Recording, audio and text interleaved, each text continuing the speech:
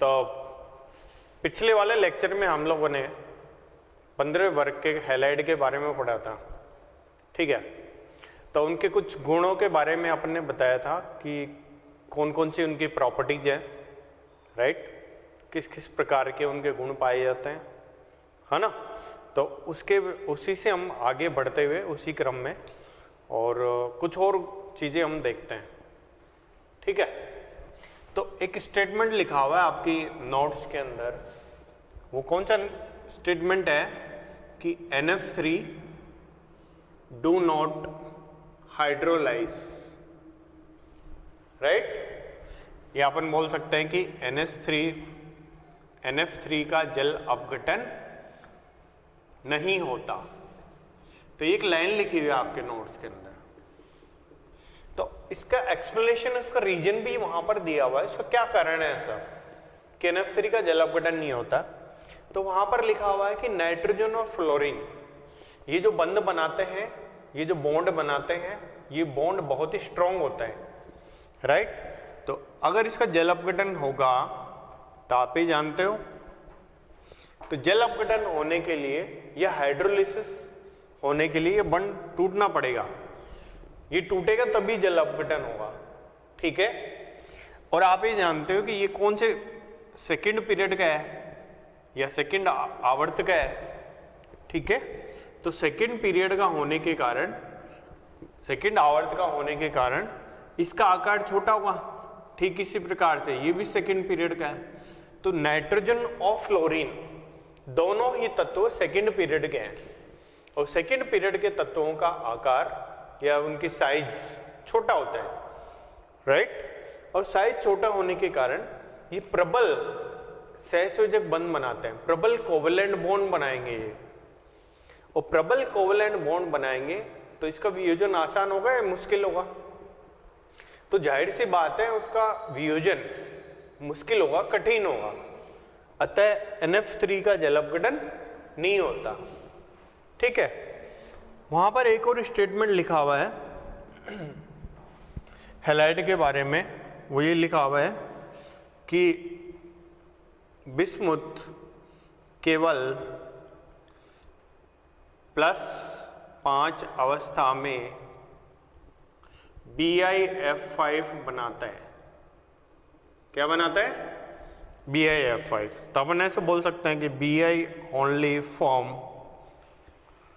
BiF5 halide in +5 oxidation state, ठीक है। तो केवल एक ही हैलाइड है, इसका अर्थ क्या है कि BiCl3 do not exist, Br5 do not exist, ठीक है, ये सब एग्जिस्ट नहीं करेंगे, या BiI5 ये डू नॉट एग्जिस्ट, ये तीनों एग्जिस्ट नहीं करेंगे, तीनों ही नहीं पाए जाते, ये तीनों अस्तित्व में नहीं होते। तो ऐसा क्या कारण है कि बिस्मथ केवल +5 ऑक्सीकरण अवस्था में ही BiF5 बनाते हैं, राइट। और ये बाकी क्लोरीन, ब्रोमीन और आयोडीन ये +5 ऑक्सीकरण अवस्था के हैलाइड नहीं बना पाते बिस्मुथ के पास या बिस्मुथ के साथ। तो इसका क्या रीजन है? इसका रीजन है कि जो फ्लोरीन है, फ्लोरीन की विद्युत ऋणता बहुत ज्यादा होती है, और फ्लोरीन जो है ना प्रबल बंध बनाता है छोटे आकार के होने के कारण, राइट। तो हम ये बोलते हैं कि इसका जो रीजन है, इसका जो कारण है वही है फ्लोरीन के छोटे आकार के कारण, ठीक है, या उच्च विद्युत ऋणता के कारण।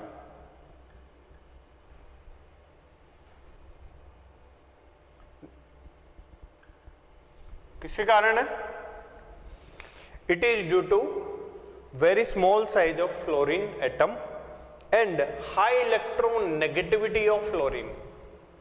So these are the two reasons behind it. That's why Bi only form BiF5. It does not form BiCl5, BiBr5, BiI5। Clear? ठीक है।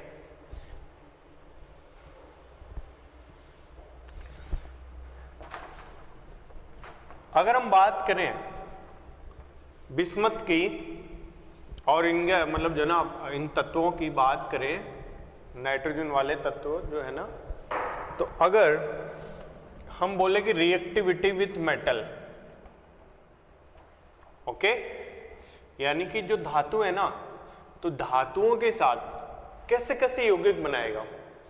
तो आप ये जानते हो जैसे कि नाइट्रोजन है, धातु के साथ जब भी यौगिक बनाएगा तो क्या बोलेंगे उसको, सीधी सी बात है, राइट।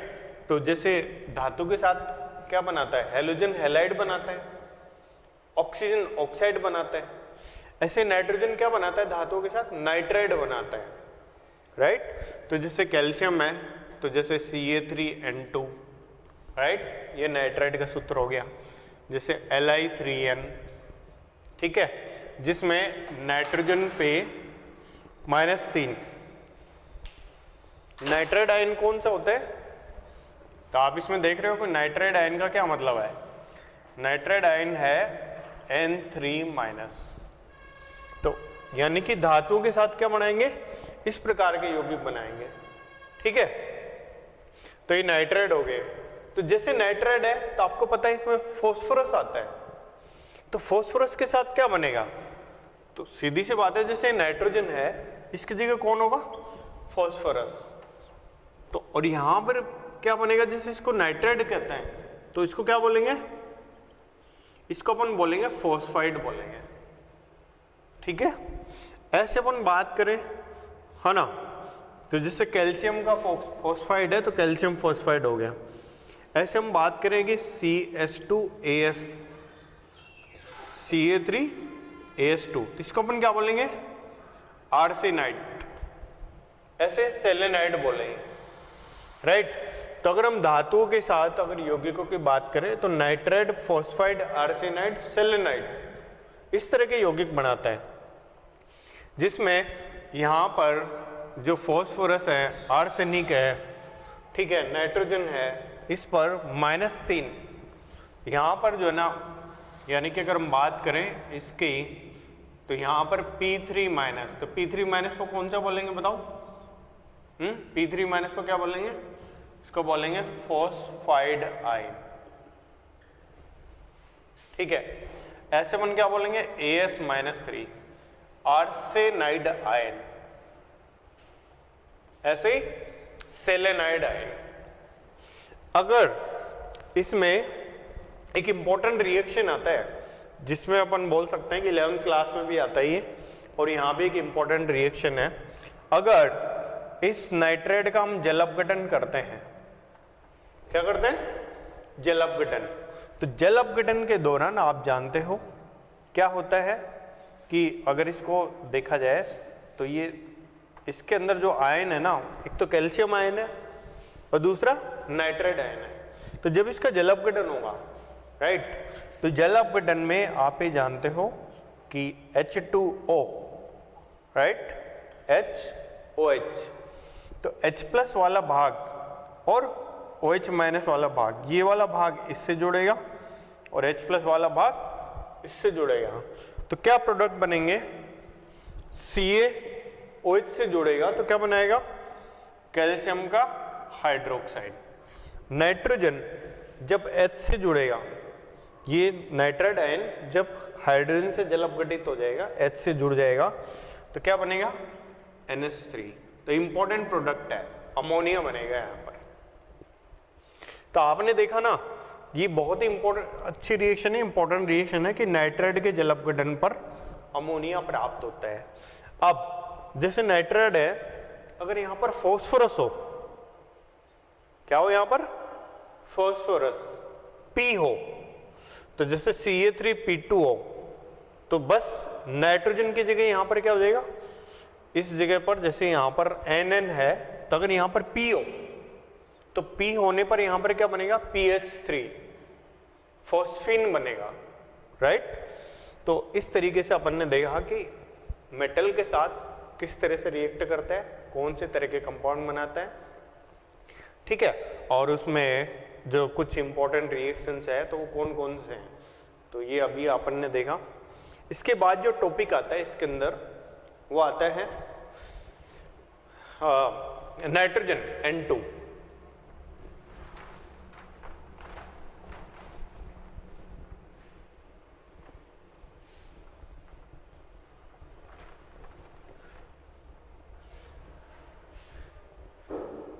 हाँ, तो खूब मजा आ रहा होगा आप लोगों को, हैं पहली बार। हाँ बच्चों, आज तो खूब मजा आ रहा होगा आपको। सर को पहली बार बिना बालों के देख रहे होंगे, इतने छोटे छोटे बालों में कैसा लग रहा हूँ मैं। चलो ठीक है, गुड है। तो इसमें अगला जो टॉपिक आता है वो है नाइट्रोजन N2, राइट।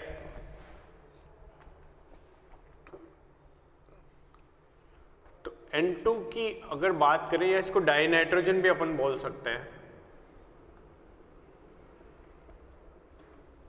ठीक है। तो सबसे पहले डाई नाइट्रोजन का निर्माण कैसे किया जाता है, ये इसको कहां से प्राप्त किया जाता है, ठीक है। तो अगर इसके विरचन की अगर हम बात करें कि कैसे कैसे इसको बनाया जाता है, विरचन का मतलब होता है प्रिपरेशन, कैसे इसका प्रिपरेशन किया जाता है। तो इसके प्रिपरेशन में वन बात करें इसकी, तो कैसे कैसे इसको प्रिपेयर कर सकते हैं। तो पहला अपन ये बोलते हैं कि व्यावसायिक, ठीक है, उत्पादन, या अपन बोल सकते हैं इंडस्ट्रियल प्रिपरेशन।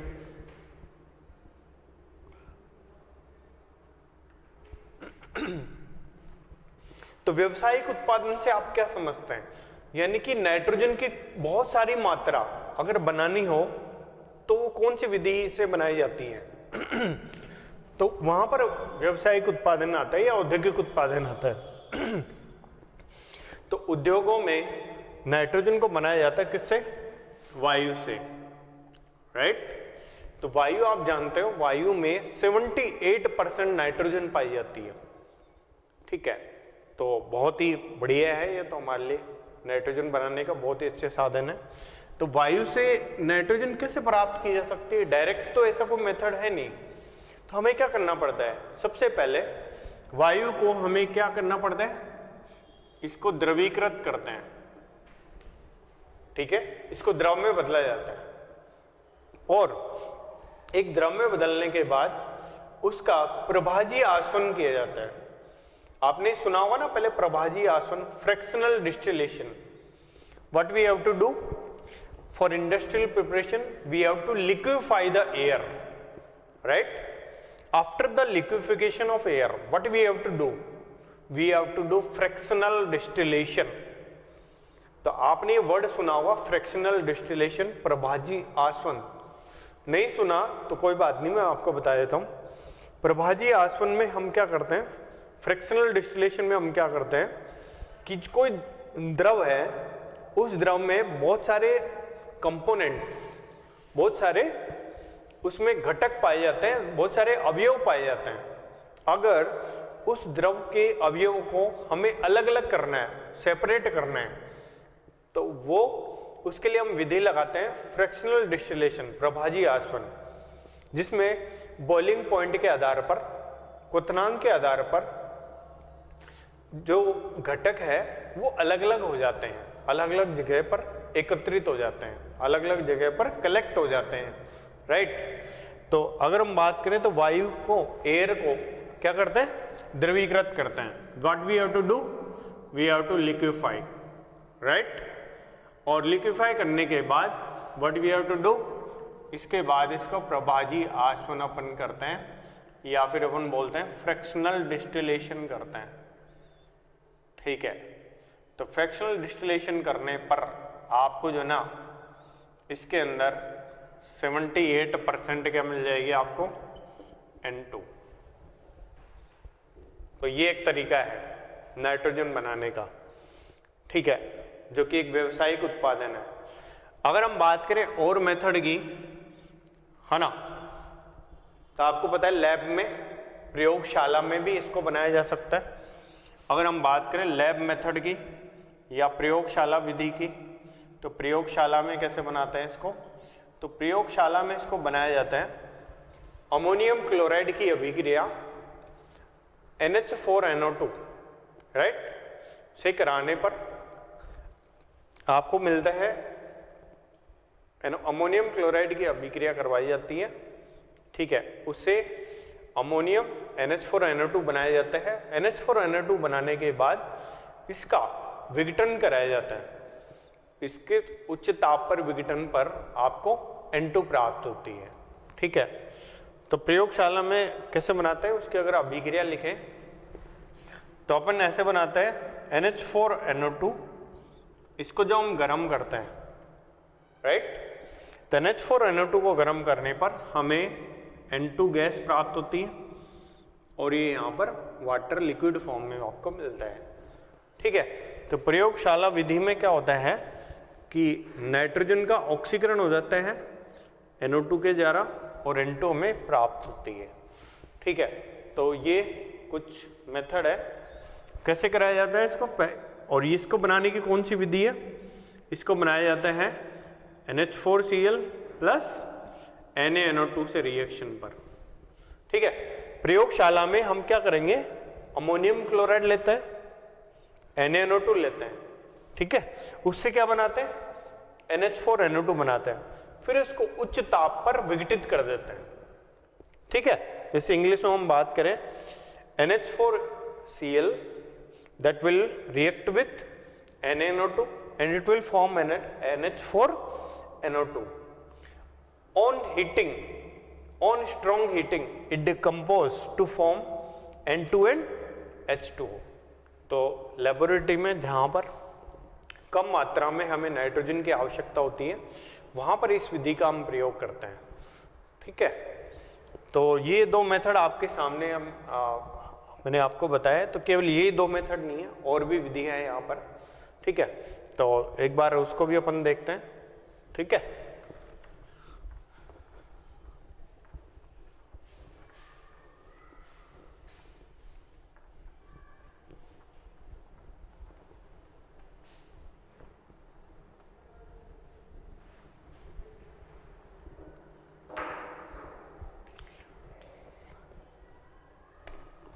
जैसे कि अमोनियम डाइक्रोमेट है,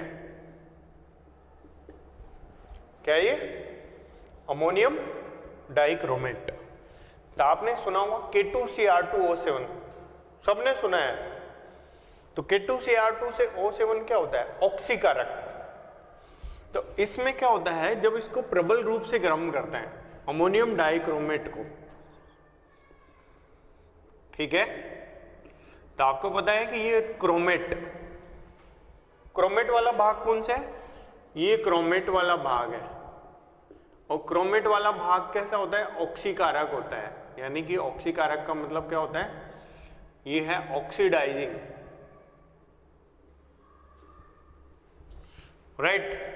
तो अमोनियम डाइक्रोमेट को जब स्ट्रॉन्ग या फिर प्रबल रूप से गर्म करते हैं, स्ट्रॉन्ग हीटिंग करते हैं, तो इसका क्या हो जाता है, डिकम्पोजिशन या इसका विघटन हो जाता है, और इसके विघटन के परिणाम स्वरूप हमें मिलता है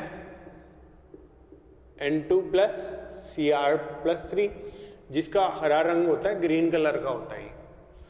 तो ये जो अभिक्रिया होती है, ये हरे रंग के साथ हमें प्रोडक्ट दिखाई देता है, यानी कि ग्रीन कलर आपको दिखाई देता है। जैसे कि दिवाली में पटाखे चलाते हो तो वहां पर क्या बहुत सारे कलर वहां पर दिखाई देते हैं, जैसे कुछ पटाखे होते हैं ऊपर जा करके वो फूटते हैं, राइट। तो उन पटाखों में से कलर निकलते हैं बहुत सारे। तो अगर इस अभिक्रिया को देखें तो बिल्कुल वैसा ही है। तो इसके अंदर जैसे पटाखों के रूप में अगर देखा जाए तो इसमें कौन सा कलर दिखाई देगा आपको, इसमें दिखाई देगा आपको ग्रीन कलर, जो किसके कारण होता है, Cr+3 के कारण, राइट। इसके कारण ग्रीन कलर वहां पर दिखाई देता है। एक बोर्ड के लिए क्वेश्चन होता है, ठीक है, बोर्ड के लिए प्रश्न क्या है कि अति शुद्ध nitrogen,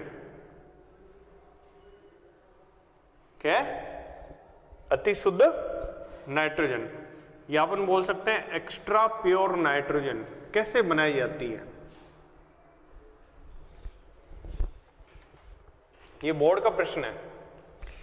how can we prepare extra pure nitrogen, या अति शुद्ध नाइट्रोजन को किस प्रकार बनाया जा सकता है। ठीक है, तो इसके लिए अपन क्या करते हैं, इसको बनाया जाता है बेरियम एजाइड, ये बेरियम एजाइड है। ठीक है, तो बेरियम एजाइड का विघटन कराया जाता है, उच्च ताप पर इसको गर्म किया जाता है, या सोडियम एजाइड, ये सोडियम एजाइड है, ये बेरियम का एजाइड है। N3 माइनस को कोई क्या बोलते हैं अपन, इसको बोलते हैं एजाइड आयन, राइट। तो इस एजाइड आयन से बना हुआ Na3 है और BaN3 है, या BN3 होल ट्वाइस है। तो जब इनको अपन गर्म करते हैं, ठीक है, तो इसको गर्म करने पर ये क्या प्राप्त होगा हमें, बेरियम और सोडियम, और यहां पर N2 इसके विघटन पे आपको मिलेगी यहां पर। तो बेरियम एजाइड या सोडियम एजाइड के विघटन पर अति शुद्ध नाइट्रोजन हमें प्राप्त होती है। अति शुद्ध कैसे है, क्योंकि इसमें कोई साइड प्रोडक्ट नहीं है, राइट। साइड प्रोडक्ट मतलब जब इसको गर्म कर रहे हैं तो ये तो सॉलिड ठोस अवस्था में आ जाता है, और नाइट्रोजन गैसों के रूप में हम उसको कलेक्ट कर सकते हैं, राइट। तो इस नाइट्रोजन को गैस को अपन कलेक्ट कर लें, और ये सोडियम जो है ना वही सतह पर रह जाएगा। ठीक है, तो जैसे हम बोल रहे हैं कि ये सोडियम एजाइड की परत है या बेरियम एजाइड की परत है, तो जब इसको गर्म किया जाएगा तो केवल इसमें से नाइट्रोजन निकल के इकट्ठा होगी, राइट, और कोई साइड प्रोडक्ट नहीं बनेगा। तो अगर ऐसा हुआ कि केवल नाइट्रोजन ही इससे निकलेगी, तो ऐसे केस में क्या होगा, शुद्ध नाइट्रोजन हमें प्राप्त होगी या फिर कुछ अशुद्धियां होंगी यहाँ पे, डेफिनेटली वहां पर शुद्ध नाइट्रोजन ही प्राप्त होगी। इसलिए बहुत ही इंपॉर्टेंट है, बोर्ड का क्वेश्चन होता है कि अति शुद्ध नाइट्रोजन को किस प्रकार से प्राप्त किया जाता है। ठीक है, तो ये कुछ नाइट्रोजन बनाने के कुछ अपने सामने कुछ मेथड्स थे जो हमने आपको बताए। ठीक है, तो ये सब आपके नोट्स में दिए गए हैं, तो आप उनको पढ़ सकते हो, है ना। तो आप सभी लोग लॉकडाउन के पीरियड में घर पे रहें और अच्छे से अपनी पढ़ाई करें, और मम्मी पापा की बातें माने, जितना टाइम दे सकते हैं स्टडीज को उतना टाइम दें। ठीक है, और ये एक अपॉर्चुनिटी है, इसको छुट्टियों की तरह ना ले। कुछ लोग छुट्टियां मान के चल रहे होंगे, है ना। देखो हम लोग भी काम कर रहे हैं, मैं अभी स्पेक्ट्रम ग्लोबल एकेडमी में आके आप लोगों के लिए लेक्चर बना रहा हूँ, तो आपकी भी ड्यूटी बनती है कि आप घर पे इसको जो ना एक खेल की तरह ना लें, कि एक खेल की तरह कि यार अरे वाह वीडियो आ गया, है ना सर का, यार ऐसे नहीं करना, उसको ध्यान से सुनना है और उसको पढ़ना है। ठीक है, अगर इसी क्रम में आगे बढ़े तो अगर हम एक क्वेश्चन आता है जो आपके नोट्स में लिखा हुआ है ना, तो वहां पर एक क्वेश्चन है, Y N2 is inert at a room temperature।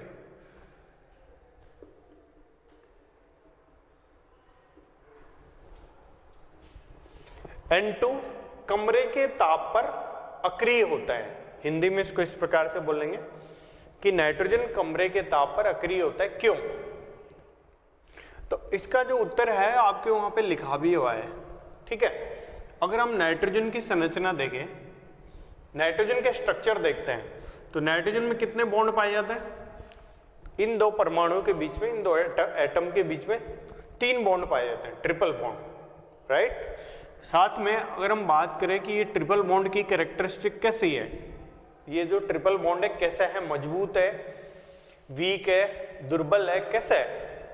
तो चूंकि अपन जानते हैं नाइट्रोजन कौन से सेकंड पीरियड से बिलोंग करता है, ठीक है, दोनों छोटे छोटे तत्व है, ये भी सेकंड पीरियड का और ये भी सेकंड पीरियड का। तो चूंकि नाइट्रोजन का आकार बहुत छोटा होता है और छोटा आकार होगा, तो ऐसे केस में क्या करेगा, ये प्रबल बंध बनाएगा, राइट। तो आप भी बोल सकते हो दोनों सेकंड पीरियड के हैं, तो इसलिए अपन क्या बोलते हैं, छोटा आकार।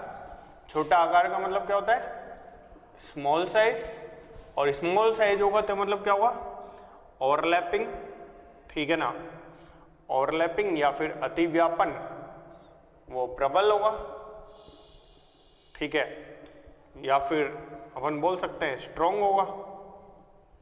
इसको हम इधर लिखते हैं, स्ट्रॉन्ग होगा या प्रबल होगा। तो अगर छोटा आकार होगा ओवरलैपिंग स्ट्रॉन्ग होगा, और ओवरलैपिंग स्ट्रॉन्ग होगा, अगर ओवरलैपिंग स्ट्रॉन्ग होगा तो ऐसे केस में क्या हुआ, ये जो बॉन्ड है, तो ये बॉन्ड ऑब्वियस सी बात है कैसा होगा, वीक होगा या स्ट्रॉन्ग होगा, बॉन्ड स्ट्रॉन्ग होगा, या बंद जो ना ये क्या होगा, ये प्रबल होगा। तो प्रबल बंद होगा तो इसका मतलब क्या होगा कि इसकी बंद ऊर्जा बहुत ज्यादा होगी, ठीक है, यानी कि बॉन्ड एनर्जी हाई होगी इसकी, ठीक है। तो इसको अगर हम देखें इस क्वेश्चन को क्या लिखा हुआ है इसमें, और ये बोर्ड का क्वेश्चन है कि नाइट्रोजन कमरे के ताप पर अक्रिय होता है, नाइट्रोजन रूम टेम्परेचर पर इनर्ट होता है। क्यों? क्योंकि नाइट्रोजन का छोटा आकार होता है, और छोटा आकार होगा तो वो प्रबल बॉन्ड बनाएगा, स्ट्रॉन्ग बॉन्ड बनाता है, और स्ट्रॉन्ग बॉन्ड बनाएगा तो उसकी बंद ऊर्जा ज्यादा होगी, ठीक है। और बंद ऊर्जा ज्यादा होगी तो आपको पता है तापमान कौन सा है, टेम्परेचर कौन सा है, रूम टेम्परेचर। तो रूम टेम्परेचर पर इस बॉन्ड के डिसोसिएशन, इस बॉन्ड के वियोजन, ये बॉन्ड डिसोसिएट नहीं होगा, ये बॉन्ड टूटेगा नहीं, राइट। तो कमरे के ताप पर अगर ये बॉन्ड टूटेगा नहीं तो फिर रिएक्शन कैसे करेगा, बिना इसके टूटे रिएक्शन पॉसिबल है क्या, पॉसिबल नहीं है। तो कमरे के ताप पर रिएक्शन करने के लिए वहां पर उसकी बंद ऊर्जा के बराबर ऊर्जा उसको मिल ही नहीं पाती, ठीक है। एट रूम टेम्परेचर जितना बॉन्ड को तोड़ने के लिए एनर्जी की जरूरत है, बॉन्ड एनर्जी की जरूरत है, वो रूम टेम्परेचर पर मिल ही नहीं पाती, इसलिए वो कमरे के ताप पर क्या होता है, या रूम टेम्परेचर पर क्या होता है, इनर्ट होता है, अक्रिय होता है, ऑलराइट, ठीक है। अगर हम बात करें कुछ इसके रिएक्शंस की, है ना, ये सारा लिखा हुआ है आपके नोट्स के अंदर सब कुछ कि क्या कैसे क्या हो रहा है, मतलब इनके आंसर लिखे हुए हैं क्वेश्चंस के, मैं केवल उसको एक्सप्लेन कर रहा हूँ, केवल उसको समझा रहा हूँ कि देखो किस प्रकार से ये चीजें हैं, ठीक है। तो ये बताओ बच्चों, जैसे नाइट्रोजन है N2, अगर इसके हाइड्रोजन से रिएक्शन कराएंगे, ऑक्सीजन से कराएंगे, ठीक है, लिथियम से कराएंगे, मैग्नीशियम से कराएंगे, एल्यूमिनियम से कराएंगे, है ना, सोडियम से कराएंगे, कैल्शियम से कराएंगे, तो क्या क्या क्या प्रोडक्ट बनेंगे,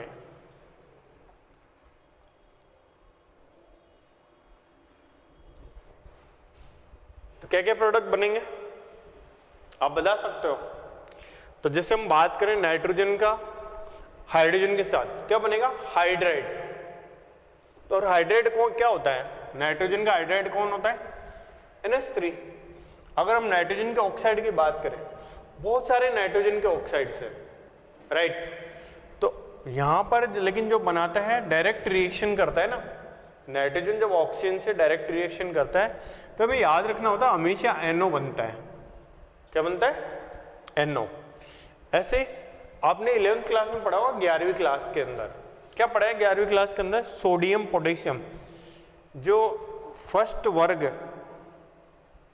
या फर्स्ट ग्रुप, इसमें से, ठीक है, ओनली लिथियम फॉर्म नाइट्राइड,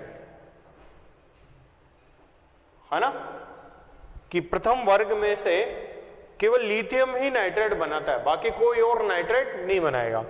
तो यानी कि नाइट्रोजन की सोडियम पोटेशियम से रिएक्शन होगी, नहीं होगी, वो पॉसिबल नहीं है, क्योंकि ये जो ना फर्स्ट वर्ग के, फर्स्ट ग्रुप के ये, राइट, और ये नाइट्राइड बना नहीं सकते। केवल कौन बनाता है, तो केवल लिथियम बनाता है, ठीक है ना। तो आप ये जानते हो कि तो केवल लिथियम अगर नाइट्राइड बनाता है, तो नाइट्राइड के बारे में अपन पहले पढ़ चुके हैं। तो क्या सूत्र होता है नाइट्राइड का, Li3n, क्योंकि N3 माइनस होता है नाइट्राइड के अंदर, नाइट्राइड आयन का सूत्र यही होता है। अगर हम मैग्नीशियम की बात करें तो Mgn,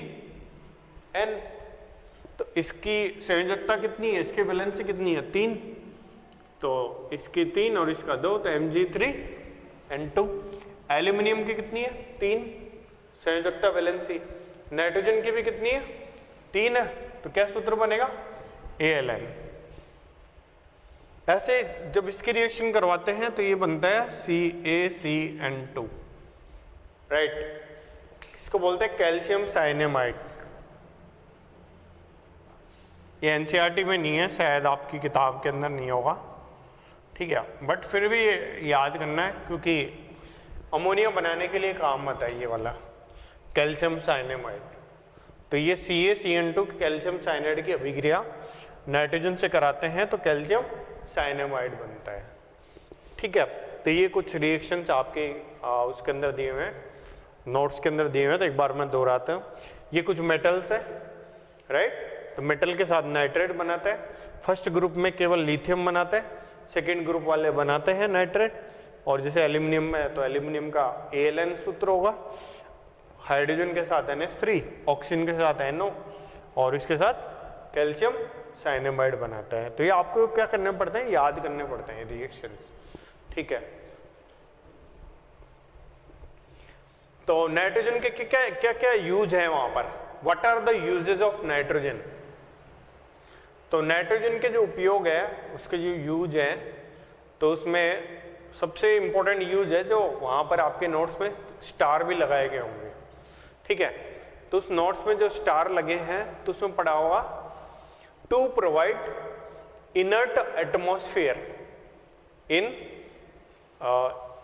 वेल्डिंग, या फिर हम बोल सकते हैं आयरन और स्टील की मेटलर्जी में उसका इस्तेमाल होता है, ठीक है। तो ये एक इंपॉर्टेंट यूज है। बाकी क्रायो सर्जरी में उसका इस्तेमाल होता है, राइट। रेफ्रिजरेशन में होता है, प्रशीतक के रूप में काम आता है।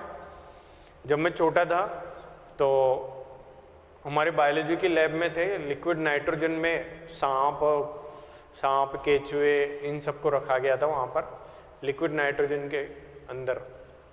छोटे छोटे जार, छोटे छोटे बॉक्स थे कांच के, उसके अंदर उसको रखा गया था बायोलॉजी की लैब में।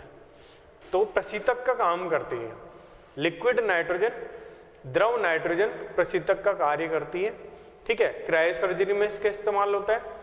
और सबसे इंपॉर्टेंट वेल्डिंग या फिर स्टील के अंदर, स्टील बनाने के दौरान अक्रिय वातावरण प्रोवाइड करने में, ठीक है, इनर्ट एटमॉस्फेयर प्रोवाइड कराने में। क्यों ऐसा क्यों है? क्योंकि नाइट्रोजन कमरे के ताप पर अक्रिय होती है, इसलिए वो अक्रिय वातावरण प्रदान करने के लिए उसका इस्तेमाल किया जाता है, ठीक है। तो अब नेक्स्ट टॉपिक कौन सा है? कोई गैस? आपके पास तो नोट्स है, आपको सब पता है नेक्स्ट टॉपिक कौन सा है।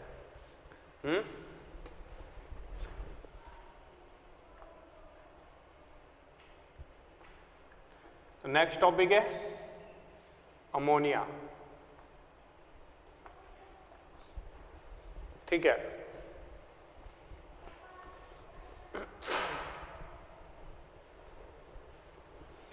तो सबसे पहले हम बात करते हैं अमोनिया का विरचन किस प्रकार से किया जाता है। विरचन मैं पहले बता चुका हूं। विरचन का अर्थ होता है प्रिपरेशन, राइट। तो अमोनिया का प्रिपरेशन किया जाता है अमोनियम लवणों से। जैसे कि ये क्या है? अमोनियम क्लोराइड है और ये अमोनियम सल्फेट है। अमोनियम क्लोराइड, अमोनियम सल्फेट, ठीक है। और ये दोनों क्या है? ये दोनों क्या है? अमोनियम सॉल्ट है ये, ठीक है। तो अपन ऐसे बोल सकते हैं these are what? Ammonium salt या फिर लवण। तो इनकी अमोनियम सॉल्ट की अभिक्रिया अगर हम किससे करा दें? हम करा दें जैसे कि फॉर एग्जांपल इससे NaOH से इनसे करा दें, और ये बेसिकली क्या है? क्षार, बेस। अगर इनकी अभिक्रिया किसी क्षार से करा दें, राइट, तो इस प्रकार से प्रोडक्ट क्या बनेगा? डेफिनेटली 100% अमोनिया बनेगा, NH3 बनेगा, ठीक है। अगर इसको देखें तो जैसे ये क्या है? NH4Cl क्या है बेसिकली? NH4Cl अगर इसको देखें तो क्या है ये? NH3 प्लस HCl, ठीक है। तो इसकी रिएक्शन करवाएंगे जैसे कि कैल्शियम हाइड्रोक्साइड के साथ, तो क्या बनेगा? तो सीधी सी बात है, ये एक तरह से क्या हो गया? अम्ल है, ये क्षार है, ये अम्ल, ये क्षार, एसिड, ये बेस, ठीक है।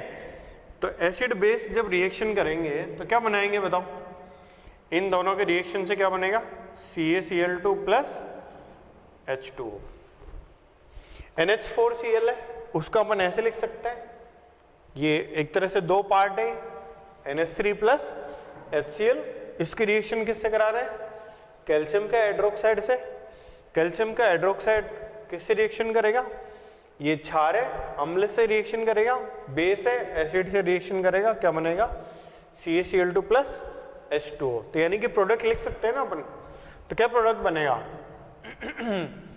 प्रोडक्ट बनेगा यहाँ पर अमोनिया और यहाँ पर भी अमोनिया, दोनों जगह अमोनिया बनेगा ना। यहाँ पर क्या है, अगर हम बात करें, चलो पहले ये लिखते हैं CaCl2 प्लस H2O।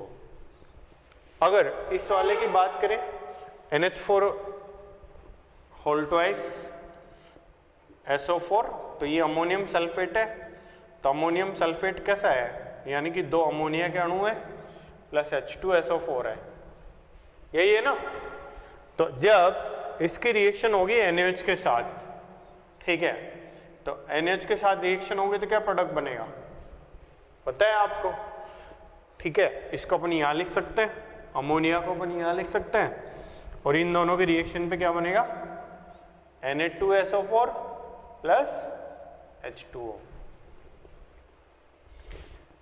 तो अमोनियम लवणों की क्षार से क्रिया के द्वारा अमोनियम सोल्ट को अगर हम बेस से रिएक्शन करते हैं, किसी हाइड्रोक्साइड बेस से रिएक्शन करते हैं, तो वहां पर अमोनिया एज ए प्रोडक्ट आपको प्राप्त होती है, ठीक है।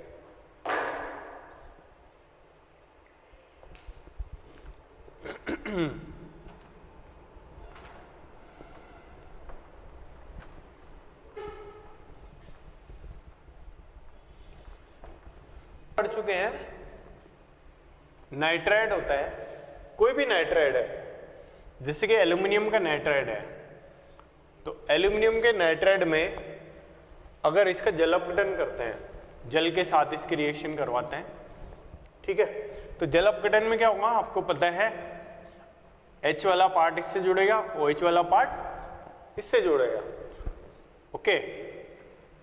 तो ये इसका जल अपघटन करेंगे तो क्या प्रोडक्ट बनेगा? एक तो अमोनिया और साथ में इसका एल्यूमिनियम का हाइड्रोक्साइड। और सिर्फ यही नहीं, प्रत्येक नाइट्राइड की जल अपघटन पर अमोनिया बनता है। तो जैसे एग्जाम्पल के तौर पर Mg3N2 प्लस H2O, तो इसका हाइड्रोक्साइड बनेगा मैग्नीशियम का, और नाइट्रोजन का क्या बनेगा? अमोनिया बनेगा।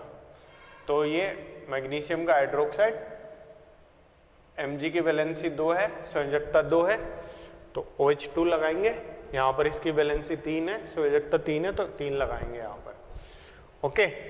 तो ये एक मेथड है NH3 बनाने का। ठीक इसी प्रकार से कैल्शियम साइनेमाइड CaCN2, तो ये भी एक तरह का नाइट्राइड है, लेकिन इसमें कैल्शियम और कार्बन कुछ और तत्व ही है, तो इसका नाम हमने पहले भी लिखा था, क्या है ये? कैल्शियम साइनेमाइड, ठीक है। तो कैल्शियम साइनेमाइड की जल अपघटन करते हैं, फिर से जल अपघटन है, ये भी जल अपघटन है और ये भी जल अपघटन है। तो इसके जल अपघटन पे आपको प्राप्त होता है CaCO3 प्लस NH3, ठीक है, ओके। तो जल अपघटन के दौरान क्या होता है, ये नाइट्रोजन से हाइड्रोजन जुड़ती है और इससे क्या जुड़ता है? ऑक्सीजन जुड़ता है, जो और यहाँ पर CaCO3 का निर्माण होता है। तो ये क्या है कि कई बार क्वेश्चंस पूछ लेते हैं एग्जाम्स वगैरह में कि किस प्रकार से ये बनाया जाता है, मतलब CaCN2 से भी अपन बना सकते हैं कैल्शियम साइनेमाइड की अभिक्रिया। तो ये आपको याद करनी पड़ती है, इंपॉर्टेंट है ये, ठीक है। बोर्ड के लिए नहीं है, but for NEET exam for JEE Mains, तो उनके लिए काम आती है। ठीक है,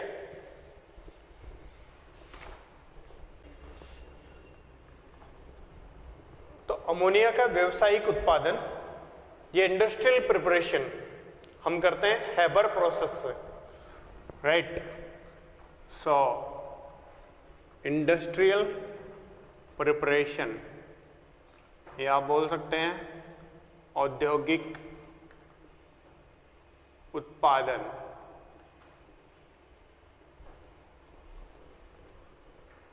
तो औद्योगिक उत्पादन किया जाता है कौन से प्रक्रम से? हेबर प्रोसेस, या क्या बोलते हैं? हेबर प्रक्रम। तो हेबर प्रक्रम ये आपने पहले भी सुना होगा, राइट। कुछ क्वेश्चंस में हो सकता है आपके 11th क्लास में या पहले कभी सुना हो हेबर प्रक्रम के बारे में। नहीं भी सुना हो तो कोई दिक्कत नहीं है ना। तो हेबर प्रक्रम जैसे होता है ना कि बहुत सेलिब्रिटी, राइट, जैसे कि अक्षय कुमार है ना, या नरेंद्र मोदी, तो ऐसे ही हेबर प्रक्रम में एक सेलिब्रिटी की तरह है, राइट, अमोनिया के उत्पादन की। ठीक है, तो यहाँ मतलब जो ना सभी लोग जानते हैं, कोई केमिस्ट्री में कुछ जानता ही नहीं जानता, लेकिन हेबर प्रक्रम जरूर जानता है ना। कोई रिएक्शन किसी को याद हो या नहीं हो, ये रिएक्शन जरूर याद होता है हेबर प्रक्रम की। ओके, तो हेबर प्रक्रम में क्या किया जाता है? सबसे पहली चीज कि हेबर प्रक्रम में दो अलग अलग चैम्बर में, ये लिखने के लिए रिएक्शन, राइट, बट क्या होता है इसका व्यावसायिक उत्पादन फैक्ट्रीज में या फिर बहुत बड़े स्तर पर जब किया जाता है तो बड़े बड़े कंटेनर होते हैं, जैसे कि एक डब्बे में ये बड़ा कोई कंटेनर है, इसमें नाइट्रोजन लिया गया और एक जैसे हाइड्रोजन लिया गया, और इनका रेशियो कैसे लिया जाता है? 1:3। दो बड़े बड़े कंटेनर के अंदर, दो बड़े बड़े मतलब कुछ समझ सकते हो पात्र के अंदर इनको लिया जाता है। बड़े बड़े आपको पता है जैसे कि सिलेंडर होते हैं फैक्ट्री के अंदर, कितनी बड़ी फैक्ट्री होती है, तो उस तरीके से तो बड़े बड़े सिलेंडरों में लिया जाता है 1 और 3 के अनुपात में। ठीक है, और फिर इनकी अभिक्रिया कराई जाती है, ये दोनों की पाइप के रास्ते, ठीक है ना, इसकी अभिक्रिया कराई जाती है।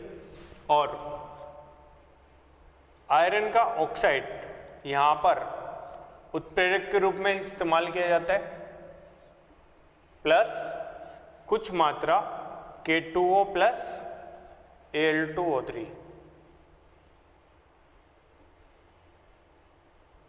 ठीक है, अमोनिया के उत्पादन के दौरान या अमोनिया की प्रोडक्शन की जाती है तब उत्प्रेरक के रूप में ये मिलाया जाता है। ठीक है, मतलब ये मिलाया जाता है कि आयरन ऑक्साइड और K2O3 की कुछ मात्रा, ये उत्प्रेरक का काम करते हैं यहाँ पर।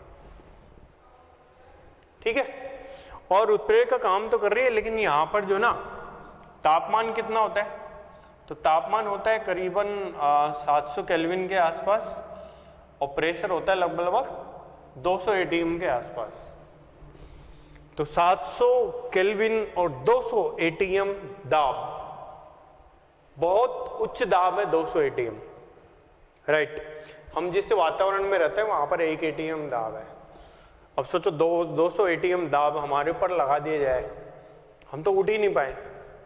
ठीक है, तो 200 मतलब बहुत उच्च दाब करके, और जो है ना यहाँ पर उत्प्रेरक का इस्तेमाल करके, और क्या बनाया जाता है यहाँ पर?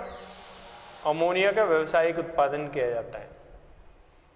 तो ये जो प्रक्रम है हेबर प्रक्रम है, ठीक है, और ये एक मतलब जो है ना बहुत ही मतलब फैशन मान लो, कुछ भी मान लो, बहुत ही मतलब जो ना फेमस है हेबर प्रक्रम। ठीक है, तो अगर इस हेबर प्रक्रम की बात करें पूरे प्रक्रम की, तो जैसे ये आजकल ये जो उत्प्रेरक प्रयोग किया जा रहा है ना, आयरन ऑक्साइड K2O Al2O3 की कुछ मात्रा, ये आजकल किया जा रहा है। पहले मतलब जो ना प्रीवियसली पहले ये प्रयोग किया जाता था। ठीक है, यहां पर क्या यूज किया जाता है? आयरन। वहां पर क्या यूज किया जाता है? उत्प्रेरक के रूप में, और मोलिब्डेनम वर्धक के रूप में। ठीक है, ये पहले के ज़माने में ऐसे बनाते थे। पहले के ज़माने के मीन्स कुछ सालों पहले, 15-20 सालों पहले इसी प्रकार से बनाया जाता था। ठीक है, इसका उत्प्रेरक के रूप में प्रयोग करते थे। उत्प्रेरक क्या होता है मैं बता देता हूँ। ये कैटलिस्ट होता है, और अंग्रेजी में क्या बोलते हैं? प्रमोटर। वर्धक को बोलते हैं प्रमोटर, राइट। लेकिन आजकल चूंकि ये अच्छा मेथड है ना, मोलिब्डेनम और ये सब जो है ना, आजकल इनका प्रयोग नहीं किया जाता। ये थोड़ा बेटर मेथड है, इससे ज़्यादा अच्छी मात्रा प्राप्त होती है, इसलिए इसका प्रयोग किया जाता है आजकल। ओके, तो इसमें क्वेश्चन होता है, ठीक है। और बोर्ड का क्या प्रश्न होता है? बोर्ड में आप जानते हो आजकल कैसे क्वेश्चंस आते हैं, छोटे छोटे क्वेश्चंस आते हैं। अगर आपने देखा होगा तो बोर्ड के अंदर, अगर हो सकता है पुराने को आपने पेपर्स देखे होंगे तो आपको पता होगा, नहीं देखे तो फिर आपको देखना चाहिए। ठीक है, तो वहां पर ऐसे क्वेश्चन नहीं आता है हैबर प्रक्रम के बारे में पूरा समझाओ, चित्र बना रहे हो, ये सब नहीं करना होता है। और छोटे छोटे क्वेश्चन कि हैबर प्रक्रम की अभिक्रिया लिखे, हैबर प्रक्रम के लिए कौन कौन सी परिस्थितियां हैं, राइट, वो बताइए आप। ठीक है, कौन कौन सी परिस्थितियां, मतलब what are the conditions that are favourable. ठीक है, ऐसी कौन सी परिस्थितियां जिसके कारण अमोनिया का उत्पादन अधिक हो सकता है, या अमोनिया के उत्पादन को बढ़ाने के लिए क्या परिस्थितियां वहां पर प्रयोग की जाती हैं। तो अगर हम बात करें, है ना, तो ऐसी कौन सी फेवरेबल कंडीशंस हैं, ये क्वेश्चंस होता है। मतलब ये जो ना बोर्ड का क्वेश्चन है, ऐसे अपन मान सकते हैं क्या, अमोनिया के निर्माण के लिए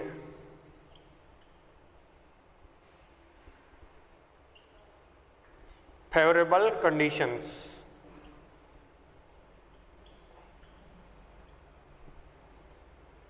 ठीक है, कैसी कौन कौन सी चीजें हैं जो उसमें काम करेगी। तो आपने देखो सुना हुआ, यहां पर देख रहे हो आप लोग, इस अभिक्रिया को देख रहे हो, इस रिएक्शन को देख रहे हो। ठीक है, तो इस रिएक्शन में आपने क्या देखा कि एक तो उच्च दाब है, राइट, 200 ATM का दाब है। तो अपन बोल सकते हैं कि क्या है, अति उच्च दाब। ठीक है, एक है तापमान। अपन तापमान क्या रखते हैं? निम्न ताप, मतलब 700 केल्विन के आसपास। उच्च दाब कितना? 200 ATM के आसपास, इस तरीके से। और चूंकि अमोनिया बनाना है हमें, तो इसकी मात्रा अगर मान लेते हैं ज़्यादा लेंगे तो अभिक्रिया की दर ज़्यादा होगी और हमें ज़्यादा अमोनिया प्राप्त होगी। ठीक है, तो अपन क्या कर सकते हैं, अगर ये उत्प्रेरक ना मिलाए तो अभिक्रिया की दर धीमी होगी, अमोनिया के निर्माण की मात्रा कम होगी, या अमोनिया के बनने की दर कम होगी, या अमोनिया कम बनेगी।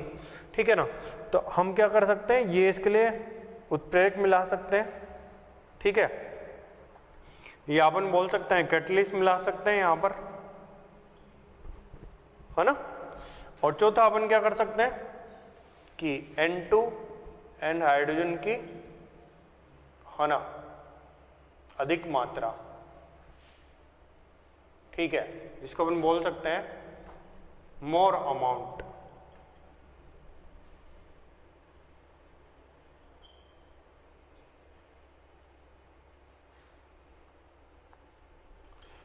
ओके, तो क्या कंडीशंस है अमोनिया बनाने के लिए?